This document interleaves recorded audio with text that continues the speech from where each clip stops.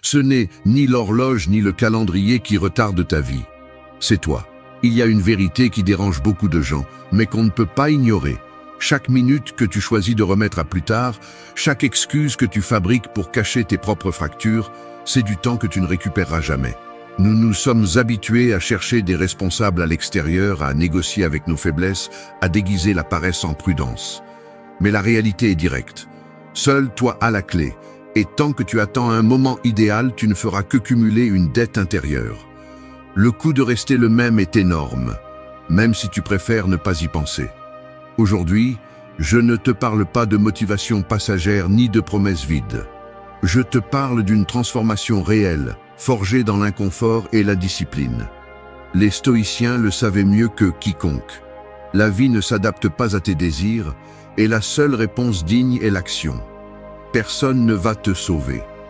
Être radicalement responsable est le premier pas. Si tu cherches des résultats différents, tu ne peux pas continuer avec les mêmes mécanismes mentaux qui te maintiennent piégé.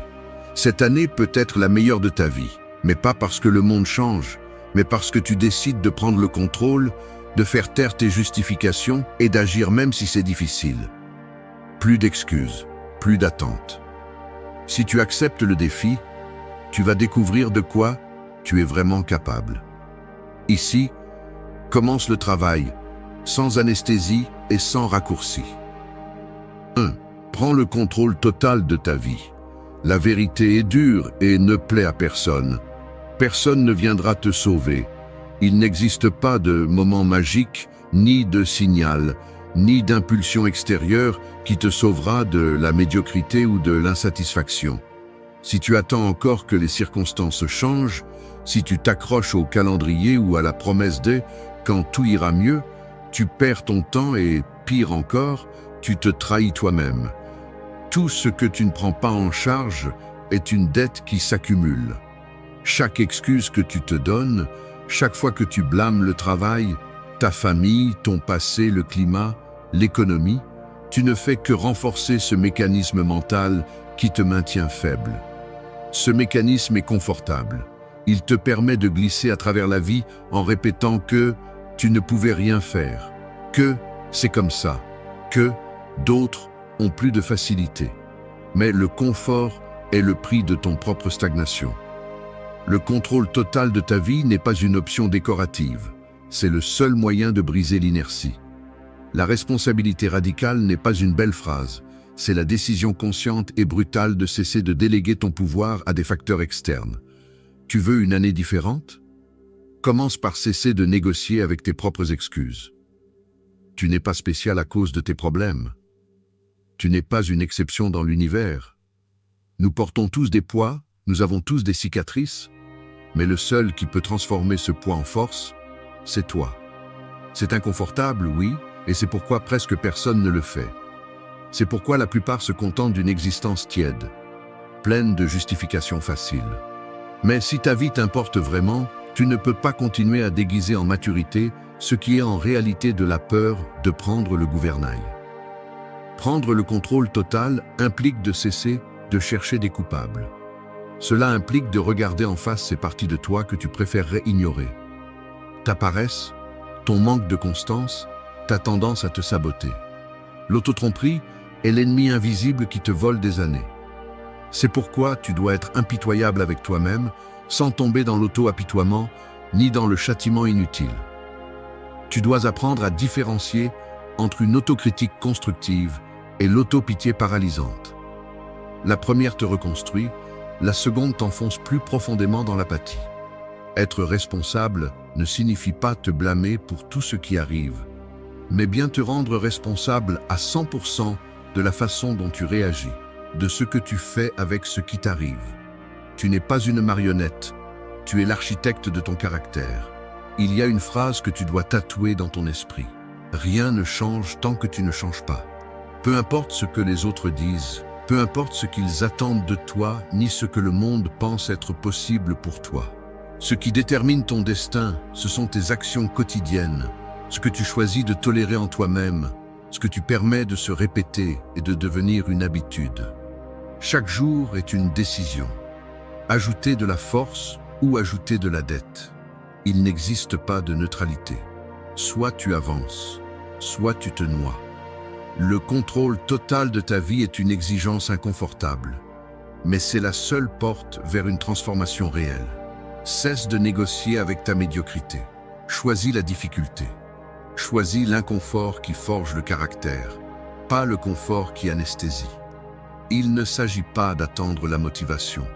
Il s'agit d'agir même si ça fait mal, même si c'est difficile, même si personne ne t'applaudit. Personne ne va se battre pour toi.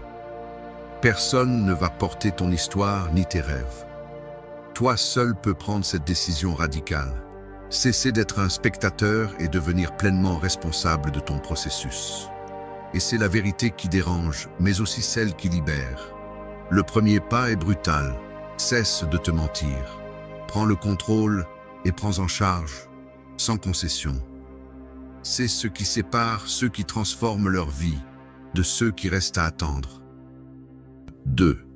Élimine les excuses et les justifications internes. Tu te réveilles et ton réveil sonne pour la 3e fois. Tu sais parfaitement que la journée commence mal quand la première chose que tu fais est de négocier avec toi-même. Juste 5 minutes de plus, tu te répètes, comme si ce petit retard n'était pas important. Mais dans ce choix, si quotidien et apparemment innocent, se cache le germe de toutes les excuses et justifications internes qui t'empêchent d'avancer. Il ne s'agit pas de l'horloge, ni de la fatigue accumulée, ni même du temps qu'il fait. C'est la voix dans ta tête qui trouve toujours une raison de remettre à plus tard, de céder, de ne pas affronter l'inconfort. Cette voix est habile, persuasive et se déguise en logique. Aujourd'hui, ça n'a pas de sens d'essayer. Demain sera mieux. Je ne suis pas au meilleur de ma forme. J'ai trop de choses en tête. Chaque phrase est une excuse que tu fabriques pour ne pas avoir à faire face à l'exigence de l'action.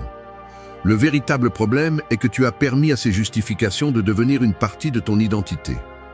Chaque fois que tu répètes le même argument, chaque fois que tu te racontes la même histoire sur pourquoi tu ne peux pas ou pourquoi ce n'est pas le moment, tu renforces un mécanisme automatique qui t'éloigne de ton potentiel. Il est facile de se tromper, car personne n'écoute ce dialogue interne sauf toi. Personne d'autre ne voit le coût réel de ces petites concessions quotidiennes. L'énergie que tu perds, la confiance qui s'érode, la dignité qui se dilue dans l'autocomplaisance. Le piège est subtil. Tu te convaincs que tu es raisonnable, que tu fais preuve de compassion envers toi-même. Alors qu'en réalité, tu remets à plus tard le conflit que tu devrais affronter une bonne fois pour toutes. Ce n'est pas grave si je ne le fais pas aujourd'hui, mais si ça l'est. Chaque fois que tu te justifies, tu affaiblis la discipline comme un muscle qui ne s'entraîne pas. Il ne s'agit pas d'une volonté surnaturelle ni d'une force mystique. C'est un exercice d'honnêteté brutale. Pour éliminer les excuses, tu dois identifier les schémas exacts qui les déclenchent. À quel moment te permets-tu d'échouer?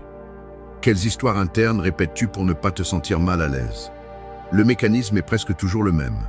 Tu minimises le coût de tes décisions, tu maximises la difficulté de l'effort, tu cherches des coupables invisibles et tu finis par accepter une version médiocre de toi-même. Il ne s'agit pas de t'attaquer ni d'installer une culpabilité obsessionnelle, mais de reconnaître que chaque excuse acceptée est une fracture dans le caractère que tu souhaites construire. La discipline ne se forge pas dans de grands gestes, mais dans la bataille silencieuse contre les justifications quotidiennes. Si tu t'habitues à négocier avec chaque petit défi, à donner de l'espace à cette voix interne qui adoucit ta responsabilité, ne sois pas surpris lorsque les résultats sont tièdes ou inexistants. Personne ne devient fort en justifiant sa faiblesse. Personne ne grandit en accumulant des excuses. La véritable liberté commence lorsque tu cesses d'adoucir tes propres limites et que tu décides d'agir même si tout dans ta tête cherche à te convaincre du contraire. Élimine la justification avant qu'elle ne devienne une habitude. La différence entre avancer et stagner réside dans les histoires que tu cesses de te raconter. Le jour où tu en auras assez de tes propres excuses, ton véritable changement commencera. C'est la ligne qui sépare ceux qui se réinventent de ceux qui vivent piégés dans le confort de leurs prétextes. Élimine la justification et commence à bouger même si ça fait mal. C'est ça, le courage quotidien. 3. Résiste à la difficulté sans te victimiser.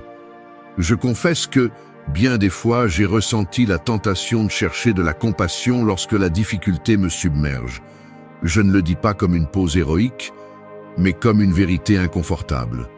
Une partie de moi veut que quelqu'un reconnaisse l'effort, valide la fatigue, donne la permission de baisser les bras, ne serait-ce qu'un instant.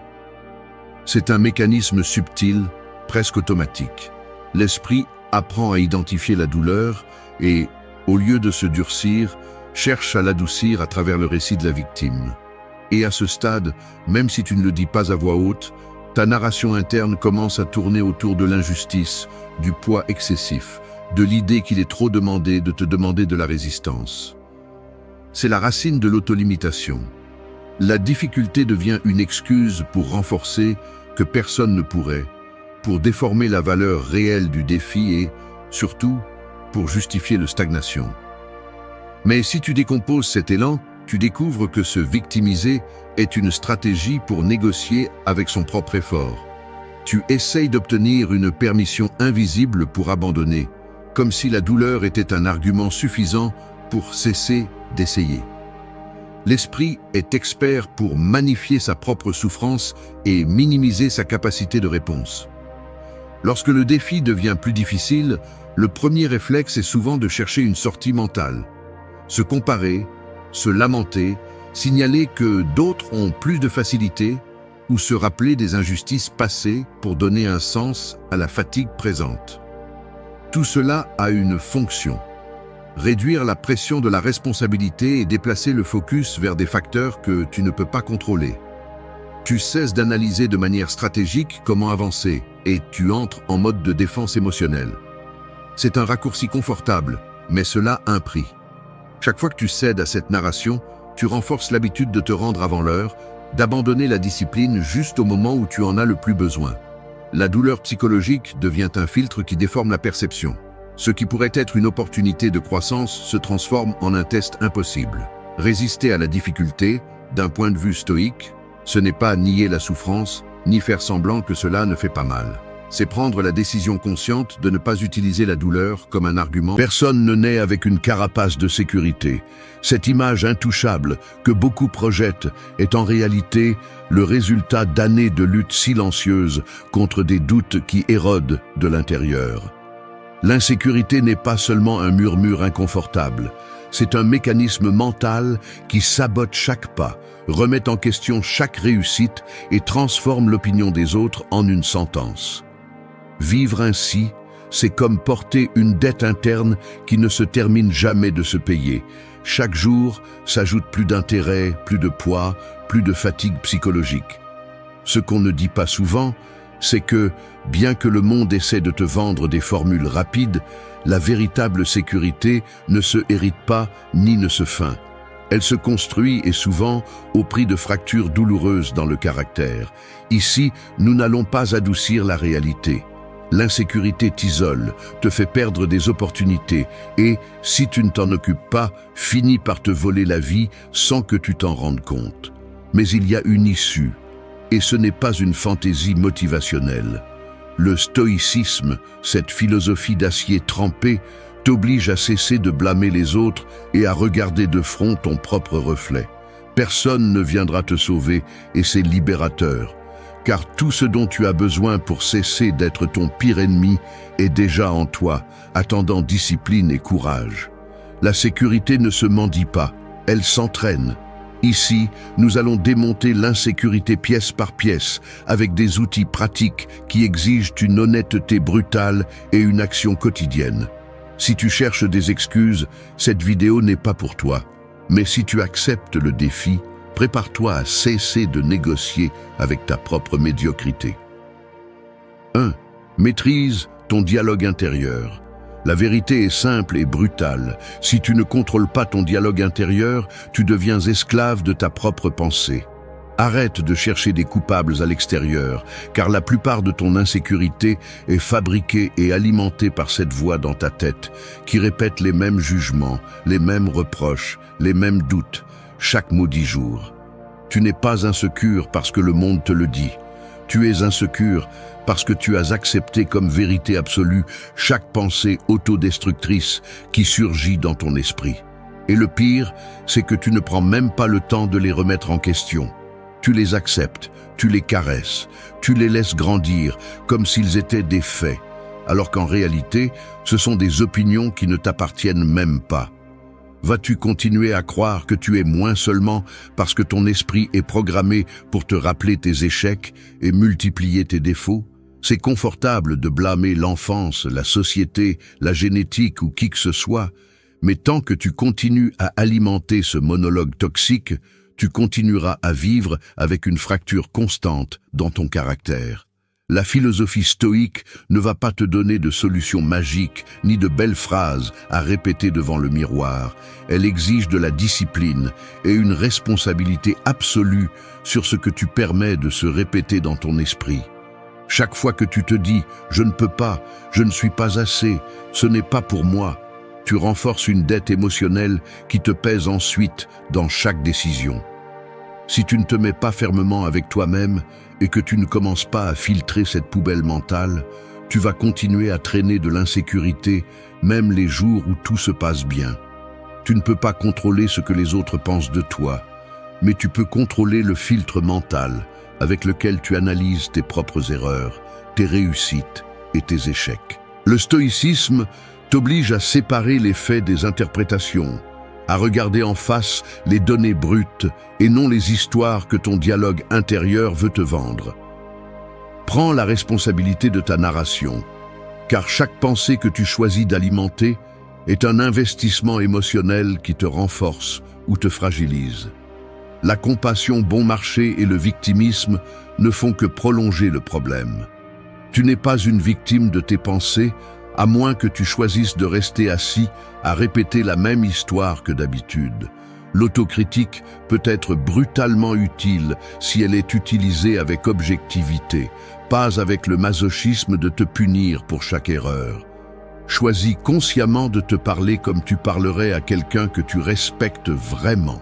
Si tu te parles comme à un ennemi, ne sois pas surpris lorsque l'insécurité finira par dévorer la peu de confiance qu'il te reste. Réviser ton dialogue intérieur n'est pas un exercice de développement personnel superficiel. C'est une obligation si tu veux vivre avec intégrité. La sécurité personnelle est le résultat de ta capacité à surveiller et à discipliner ce que tu permets de traverser ton esprit. L'admettre est difficile, mais c'est nécessaire. Une grande partie de ta souffrance est volontaire, car tu n'as jamais fait l'effort réel de remettre en question tes pensées les plus nuisibles. Ce que tu te répètes chaque jour devient le matériau avec lequel tu construis ta réalité. Ne te parle pas comme un traître, ne te parle pas comme un ennemi. Si tu veux dominer l'insécurité, commence par arrêter de négocier avec tes pensées autodestructrices et mets de l'ordre dans ton esprit. Parce qu'à la fin, la voie la plus dangereuse n'est pas celle de l'extérieur, c'est celle que tu as à l'intérieur et à laquelle tu as donné un pouvoir qu'elle ne mérite pas. Tu veux avancer? Discipline ton dialogue intérieur. L'esprit s'entraîne ou te enterre. 2. Réponds, ne réagis pas. Tu te lèves tard parce que le réveil a sonné et que tu l'as ignoré. Tu es déjà en retard au travail. Le trafic te met de mauvaise humeur et dès que tu arrives, le premier courriel que tu ouvres est une critique déguisée en suggestion.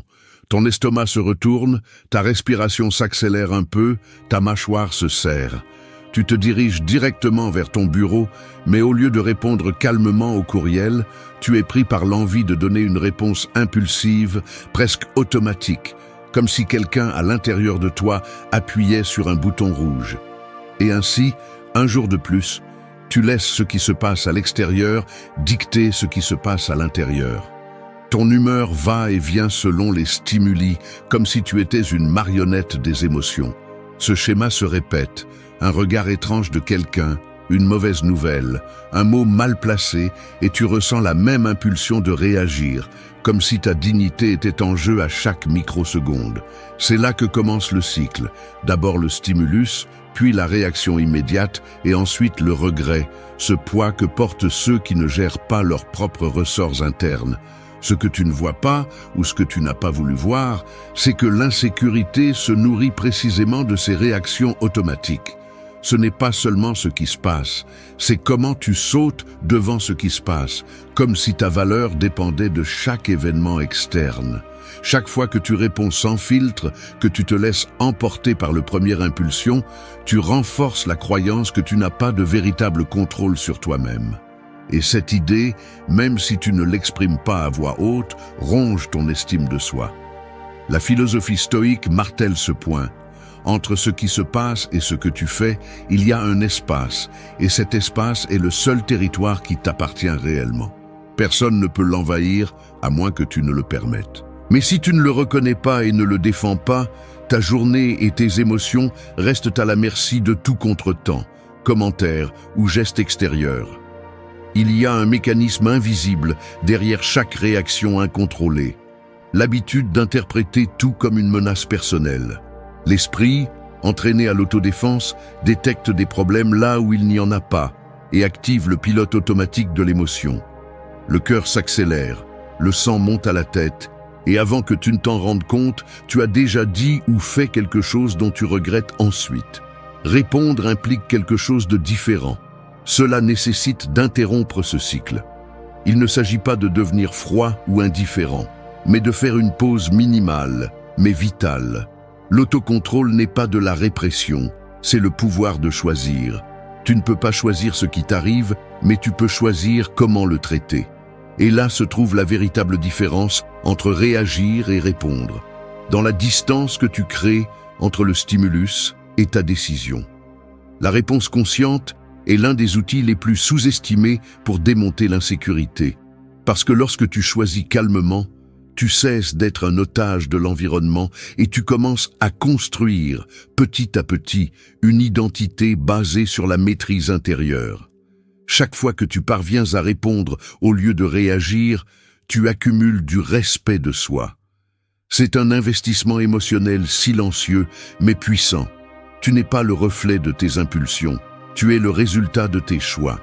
Tu veux une véritable sécurité. Maintiens cette pause intérieure. Le calme est une discipline sous pression. Cela et rien d'autre est la véritable base de la confiance. 3. Arrêtez de chercher l'approbation extérieure. Il n'est pas agréable de l'admettre, mais pendant des années, j'ai vécu en fonction de ce que les autres pensaient de moi.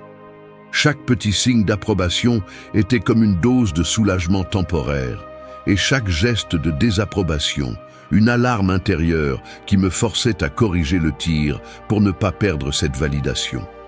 Le problème, c'est que lorsque votre valeur dépend de facteurs externes, vous devenez un mendiant émotionnel. Votre estime de soi devient un compte bancaire que seuls les autres peuvent remplir ou vider. Et chaque interaction est une transaction où vous êtes toujours en désavantage.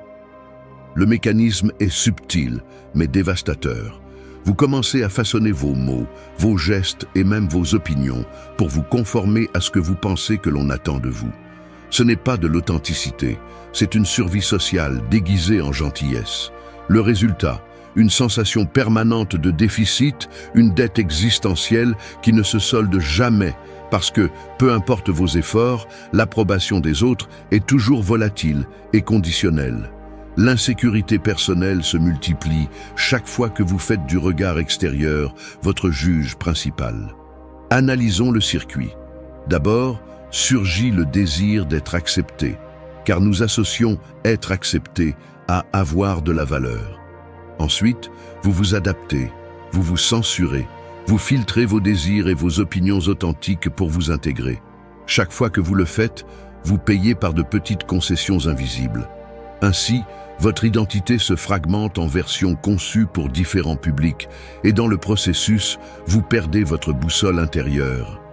À la fin de ce chemin, l'insécurité n'est pas seulement toujours là, elle se renforce, car vous percevez que vous avez besoin de masques pour être toléré. Plus vous alimentez cette dynamique, plus vous vous éloignez de toute notion réelle de confiance. L'approbation est un prix qui ne dure jamais, un renforcement qui vous rend dépendant et toujours vulnérable à la critique ou au rejet. Le piège est évident. Plus vous cherchez à plaire, moins vous avez de contrôle sur votre propre valeur. La philosophie stoïque déconstruit ce jeu à la racine. Les stoïciens ne vous disent pas de mépriser l'opinion des autres par pur orgueil, mais de la reconnaître pour ce qu'elle est, une donnée externe qui ne définit ni votre essence ni votre valeur. Le critère personnel est le seul filtre qui vous protège des fluctuations émotionnelles produites par la recherche constante de reconnaissance. Lorsque vous cessez de négocier votre identité pour de l'approbation, vous vous libérez d'une dépendance chronique qui ne vous apportera jamais la paix. Le respect des autres, s'il arrive, est une conséquence, pas un objectif. L'objectif réel est de maintenir la cohérence interne, d'agir selon vos principes et de maintenir cette direction même lorsque personne n'applaudit. Si votre sécurité dépend des autres, elle ne sera jamais à vous. Elle sera toujours empruntée. Le processus exige une révision brutale de vos motivations quotidiennes. Il faut se demander, avec une honnêteté inconfortable, combien de vos décisions sont contaminées par le désir d'être accepté. Combien de fois dites-vous oui pour ne pas déranger? Combien de fois taisez-vous votre véritable opinion pour ne pas risquer le rejet? Chaque concession s'ajoute à un compte qui, tôt ou tard, vous coûtera cher, sous forme de ressentiment, de fatigue et d'un sentiment de vide que vous ne comprenez pas tout à fait. Cesser de chercher l'approbation extérieure ne signifie pas devenir insensible ni arrogant. Cela signifie rediriger l'énergie vers ce que vous pouvez contrôler, vos actions, votre intégrité, votre propre opinion sur vous-même. Lorsque vous comprenez cela, quelque chose change. Vous cessez d'être un acteur secondaire dans la vie des autres et commencez à écrire votre propre scénario. La véritable sécurité ne se mendie pas. Elle se construit dans la solitude et se démontre en public. Si vous cherchez une validation, vous vous vendez à bas prix. Si vous agissez avec discernement, vous gagnez du respect pour vous-même. Et c'est un investissement qui ne perd jamais de valeur. 4. Tiens tes engagements envers toi-même. Traverser une pièce dans l'obscurité totale, sachant que chaque pas dépend de ta mémoire et de ta volonté, et non de la lumière, t'oblige à faire confiance à quelque chose de plus profond que l'évidence. C'est ça, tenir des engagements envers soi-même, avancer même quand personne ne regarde, ne applaudit, ni exige. La plupart des gens attendent des projecteurs externes pour agir, mais la véritable sécurité se forge dans cette pénombre quotidienne où seul toi sais si tu as fait ce que tu as promis ou si, une fois de plus, tu t'es trahi en silence. Pense à la sensation physique de remettre à demain cette tâche que tu as juré de terminer aujourd'hui. Le corps se rétracte légèrement, la poitrine reste tendue et l'estomac ressent un malaise qui ne disparaît pas rapidement. Tu n'as pas besoin de témoins. L'inconfort est la facture interne que tu paies chaque fois que tu romps une promesse envers toi-même.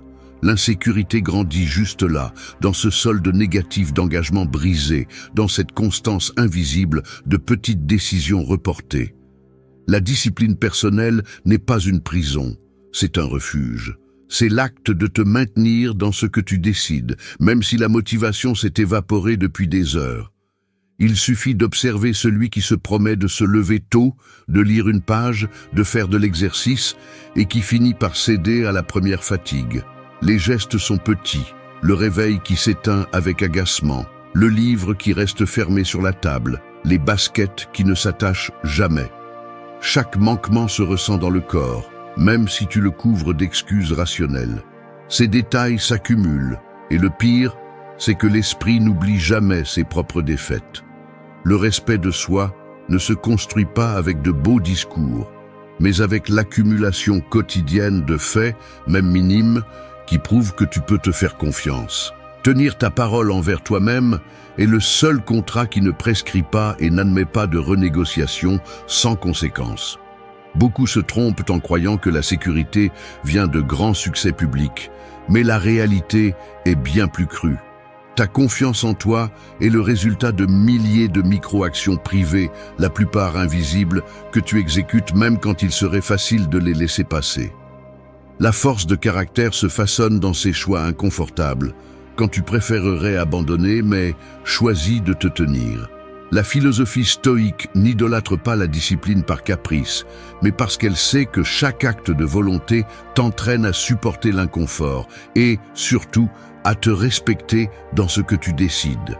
Tu n'as pas besoin de rituels grandioses, ni de promesses publiques. Il te suffit d'une seule chose, faire ce que tu as dit, même si personne ne le remarque. La grandeur commence dans l'invisible. Chaque engagement tenu est un investissement dans ton estime de soi. Chaque promesse rompue est un trou qui affaiblit tes fondations. La sécurité n'est pas un don, c'est le résultat répété de te tenir ferme quand il serait plus confortable de te faillir. Combien de fois t'es-tu senti fier après avoir cédé à la paresse ou à la peur? Aucune. Le véritable respect de soi se construit dans l'obscurité, quand seul toi es témoin.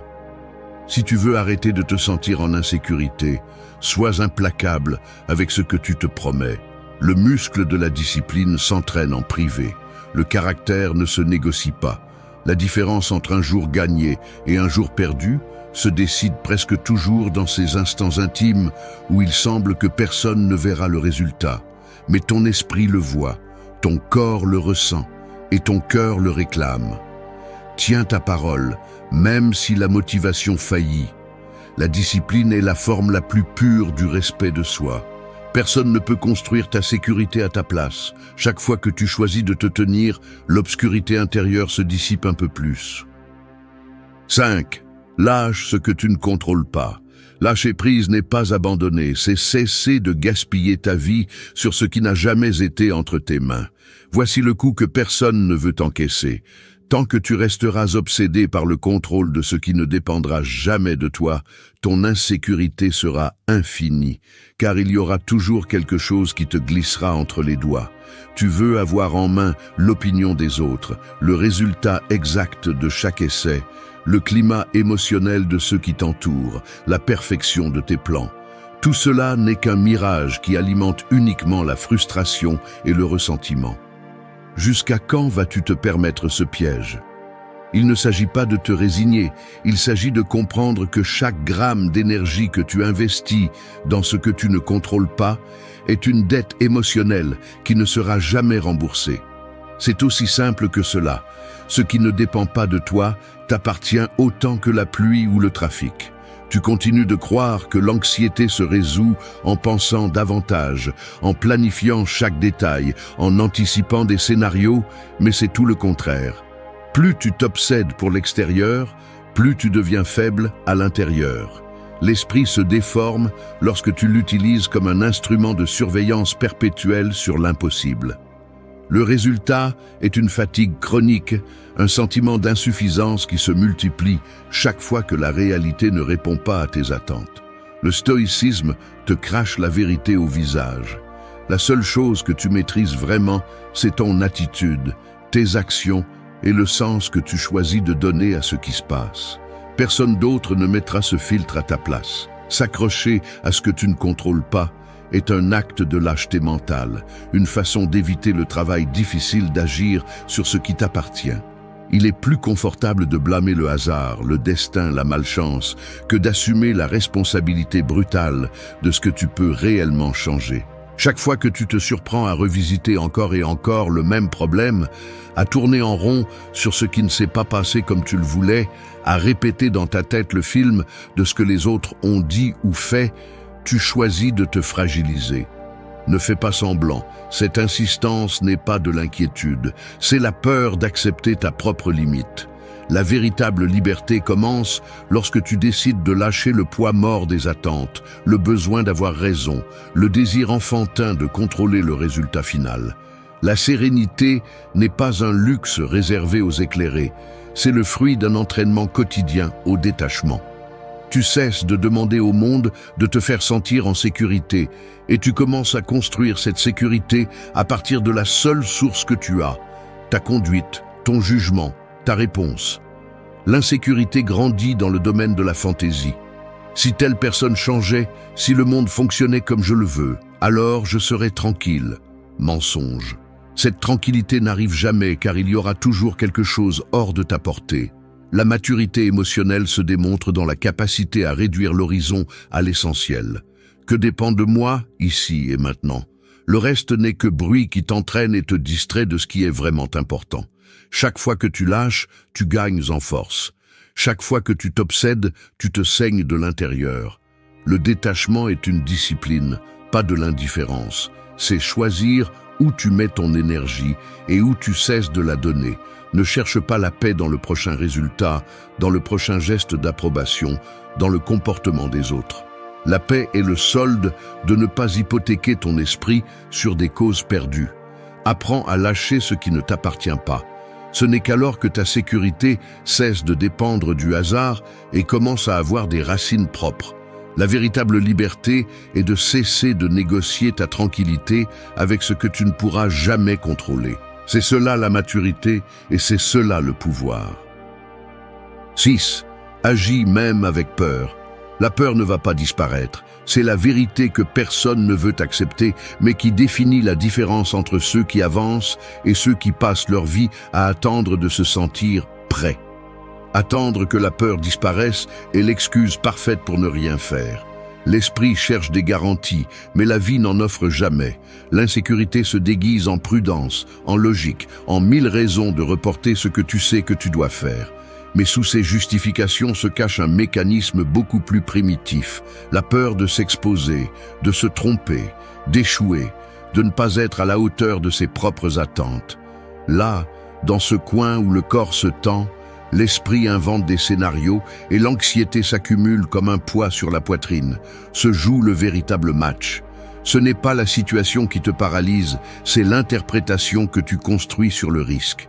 Tu deviens expert dans l'anticipation du pire résultat, dans l'alimentation du doute, dans la collection d'excuses sophistiquées pour ne pas bouger. Tu appelles cela « attendre le bon moment ». Mais au fond, tu es juste en train d'entraîner l'impuissance.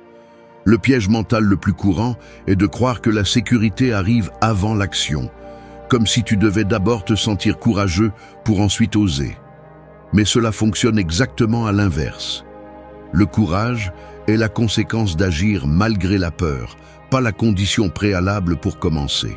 Chaque fois que tu procrastines, tu renforces l'idée que la peur est plus grande que toi. Chaque fois que tu te forces à bouger, même si ta voix intérieure te dit de t'arrêter, tu construis une confiance qui ne s'estompe pas face au premier obstacle.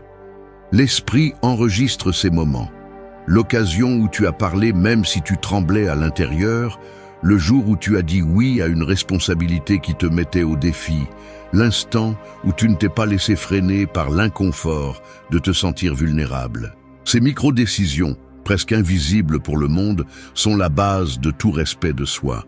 Personne ne peut te donner la sécurité que tu ne te construis pas toi-même. La philosophie stoïque ne romantise pas la peur, mais ne la diabolise pas non plus. Elle la reconnaît comme une réaction naturelle, un signe que ce qui est en jeu t'importe. Mais le stoïcisme exige que tu examines la racine de la peur. Est-ce vraiment une menace ou juste une perception déformée par tes propres croyances ? La plupart des peurs actuelles ne sont ni physiques ni mortelles. Elles sont sociales, émotionnelles, imaginaires. Tu crains le ridicule, le jugement, le rejet, de ne pas répondre aux attentes que tu t'es imposées ou que tu absorbes des autres. Le problème est que plus tu négocies avec ces peurs, plus leur ombre devient grande. Il n'y a pas de raccourci. La seule façon de réduire le pouvoir de la peur est de la traverser. Action, pas débat interne. Mouvement, pas paralysie réflexive. La sécurité authentique est une conséquence, jamais une condition préalable. Attendre de ne plus avoir peur est une autre façon de se rendre en silence. L'action est la seule véritable thérapie contre l'insécurité. Chaque pas que tu fais, même s'il est petit et même si la peur t'accompagne, est une déclaration d'indépendance mentale. Il ne s'agit pas de devenir téméraire, mais de décider que la peur ne dicte pas tes limites. Le courage n'est pas l'absence de peur, c'est choisir d'avancer en portant ce poids. Fais ce que tu dois faire, précisément parce que tu as peur. C'est la seule façon de te prouver qui commande vraiment dans ta vie. Avance, même si le doute crie. La peur est un conseiller, pas un geôlier. 7. Sois brutalement honnête avec vous-même. Vous rentrez du travail et bien que la journée n'ait pas été particulièrement mauvaise, une gêne vous poursuit. Vous consultez votre téléphone, vous vous distraisez avec n'importe quoi, vous mangez plus que de raison, où vous vous promettez que demain, vous allez vraiment commencer à fond, mais au fond de vous, vous savez que vous vous évitez. L'esprit est habile à inventer des excuses et à justifier de petits échecs.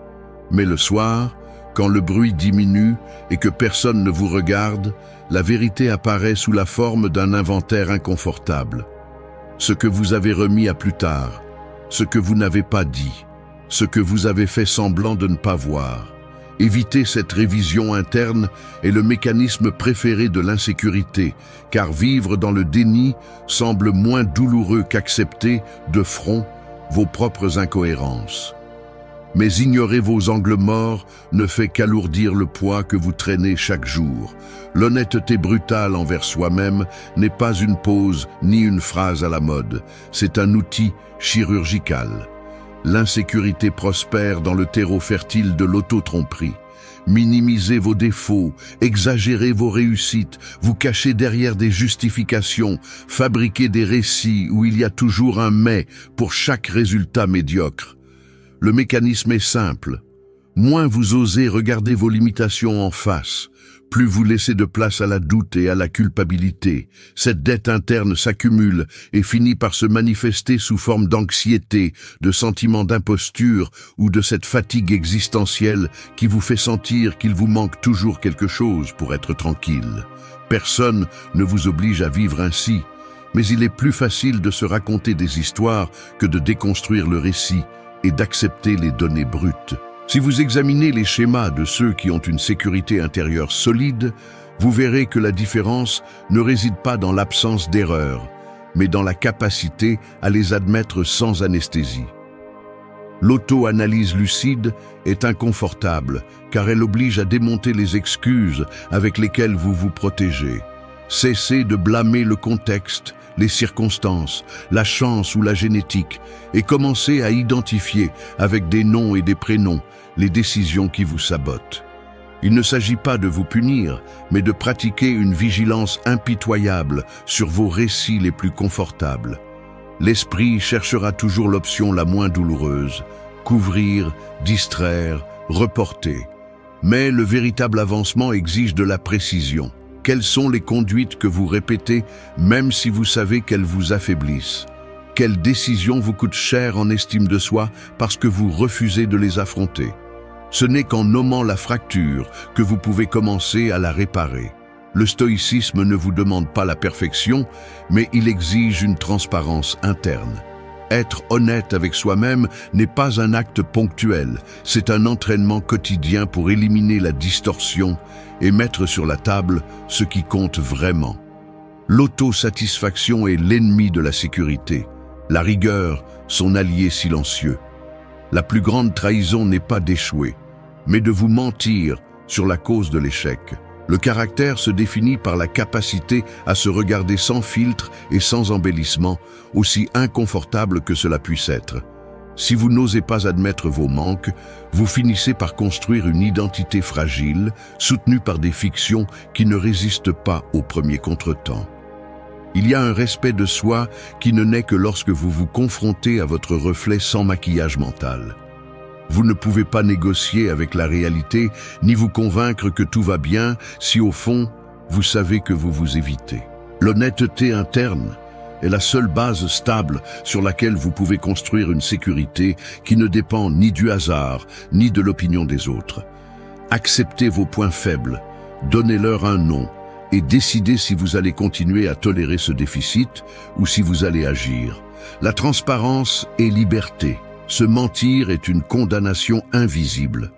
Personne ne franchit la porte de la sécurité personnelle en portant des fictions sous le bras. 8. Protège ton esprit de l'environnement toxique. J'admets quelque chose qui me dérange plus que je ne le voudrais. Il y a des jours où même en me sentant relativement bien, une conversation mal engagée, un commentaire sur les réseaux ou même le ton de voix de quelqu'un au bureau suffit à perturber mon état mental. Ce n'est pas seulement ce que j'entends, c'est une sorte de contamination invisible qui s'infiltre dans ma tête et y reste, tournant, affectant mon humeur et ma perception de moi-même. Je suis surpris de constater comment le geste tendu d'un collègue, les commentaires acerbes d'un groupe ou les nouvelles pleines de cynisme deviennent la matière première de pensée qui, si je ne fais pas attention, finissent par déformer mon humeur. Le corps le ressent, des épaules qui se chargent, une mâchoire serrée, une fatigue étrange qui ne s'explique pas seulement par le travail. L'esprit, sans que tu t'en rendes compte, commence à imiter le ton de ce qui l'entoure. Tu laisses les opinions des autres s'infiltrer et tu te découvres à répéter des phrases, des doutes et des jugements qui ne viennent pas de toi. C'est l'impact réel d'un environnement toxique. Il t'installe une narration étrangère, il plante des graines d'insécurité et les arrose en silence chaque fois que tu baisses ta garde. Il n'est pas nécessaire d'être entouré de personnes ouvertement hostiles pour que l'environnement te consume. Il suffit de côtoyer quotidiennement des personnes qui vivent dans la plainte, la critique constante, le sarcasme déguisé en humour ou le scepticisme venimeux. L'air se remplit d'une sorte de poids invisible, une atmosphère qui exige que tu sois toujours sur la défensive, ou pire, qui t'entraîne dans son propre ton défaitiste. Le cerveau apprend vite. Si tout le monde doute, tu doutes aussi. Si tout le monde se plaint, il te devient naturel de trouver des raisons de te joindre au cœur. Sans t'en rendre compte, ton dialogue interne commence à sonner comme la somme de ces voix externes. L'insécurité n'est pas toujours une blessure individuelle. Souvent, c'est le résultat d'avoir absorbé, jour après jour, une vision du monde qui te fragilise plus que tu ne le reconnais. Prendre soin de son environnement mental est une décision quotidienne. Pas un luxe ni un acte égoïste. C'est une question de survie psychologique. Le stoïcisme ne prêche pas la fuite. Il enseigne à lever des filtres. Tu ne peux pas toujours choisir où tu travailles ou avec qui tu passes ta journée. Mais tu as la responsabilité de décider ce que tu permets d'entrer et ce que tu laisses dehors. L'esprit est comme une maison. Si tu ne fermes pas les portes et les fenêtres, n'importe qui peut entrer pour laisser ses déchets. Protéger ton espace mental implique d'observer avec une brutalité honnête quelles conversations, quels environnements et quels contenus te fragilisent. Ressens-tu un poids supplémentaire après avoir passé du temps avec certaines personnes? Remarques-tu comment ton humeur décline après avoir consommé certains types de nouvelles ou de réseaux? Ce n'est pas un hasard. L'environnement peut être un terrain d'entraînement ou un marécage émotionnel. Tu choisis si tu le laisses envahir ta tête. La discipline mentale commence par poser des limites. Des limites aux discussions destructrices, à l'exposition inutile à des contenus toxiques, à l'habitude de tout vérifier, même si tu sais que cela te laisse dans un état pire que celui dans lequel tu étais. Tu ne peux pas construire de la sécurité si chaque jour tu permets aux autres de semer le doute, la peur ou le ressentiment dans ton dialogue interne. Le respect de soi se défend aussi en sélectionnant rigoureusement ce qui nourrit ton esprit. Il y a des décisions qui semblent petites, mais qui sont déterminantes. S'éloigner d'une table, mettre en sourdine un groupe, cesser de suivre des comptes qui ne promeuvent que le doute et la comparaison. Tu n'as pas l'obligation d'être l'éponge émotionnelle de l'environnement. Choisis ce que tu laisses entrer. Ce filtre est ton bouclier invisible. La sécurité personnelle est le résultat de prendre soin, chaque jour, de l'alimentation mentale que tu consommes. Ce que tu laisses passer te transforme ou te corrompt. Tout ne mérite pas une place dans ta tête. Souviens-toi, celui qui ne protège pas son environnement mental finit par penser avec la voix des autres. L'esprit se renforce lorsque tu cesses d'être un terrain fertile pour la toxicité et que tu deviens le gardien de ton propre jugement. La force est un filtre actif, pas un mur passif. Si tu veux du respect de soi, commence par nettoyer la porte d'entrée. Merci d'être resté jusqu'à la fin de la vidéo. Si vous avez tout vu, commentez « Je suis stoïcien » comme notre signe secret, indiquant que vous êtes un véritable apprenant du stoïcisme. N'oubliez pas de vous abonner et de liker la vidéo si elle vous a plu.